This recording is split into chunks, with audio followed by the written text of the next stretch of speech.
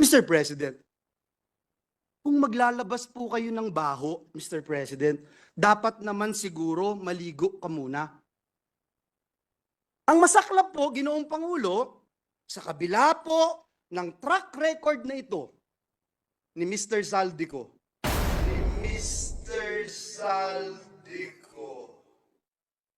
Ang masaklap po, inappoint po siya ng Kamara de Representantes bilang tagapagbantay ng kaban ng bayan.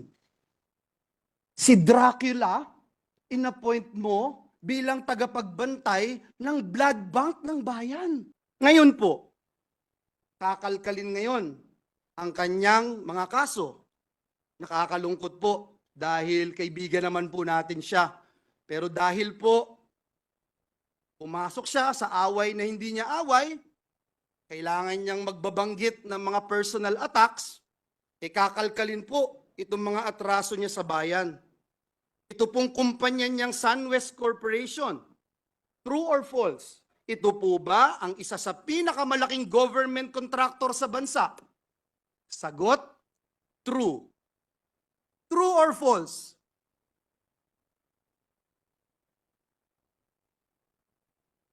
Ang korporasyon po ba niyang SunWest Corporation ay kasama dito sa kontrobersyal na Farmally case dito na inimbestigahan sa Senado na kasuhan ng Senado? The answer is true. Kasama din po ba ang kumpanya niya dito po sa kontrobersyal na DepEd laptop scam? Ang sagot po, true. Pinakakasuhan din po ng Senado ang kumpanyang ito. Napakadami pong BIR cases. Madali po maghanap, Mr. President.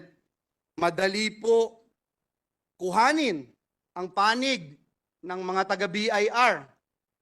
Kung ilang kaso mayroon ang kanyang mga korporasyon. Bukod po dito, yung reklamo po sa ombudsman ng anti-corruption group na ang pangalan Task Force Kasanag International, meron din pong 50 billion na kaso na kinakaharap ang taong ito.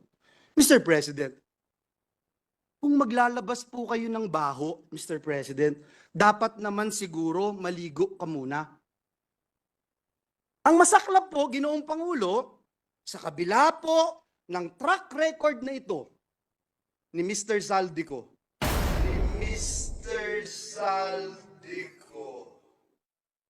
Ang masaklap po, inappoint po siya ng Kamara de Representantes bilang tagapagbantay ng kaban ng bayan. Si Dracula, inappoint mo bilang tagapagbantay ng blood bank ng bayan. Wow, Mr. President. Kailan sa kasaysayan ng bayan natin nangyari ang ganitong pagkakataon na isang big-time contractor ang hahawak sa kaban ng bayan? Only in the Philippines, Mr. President.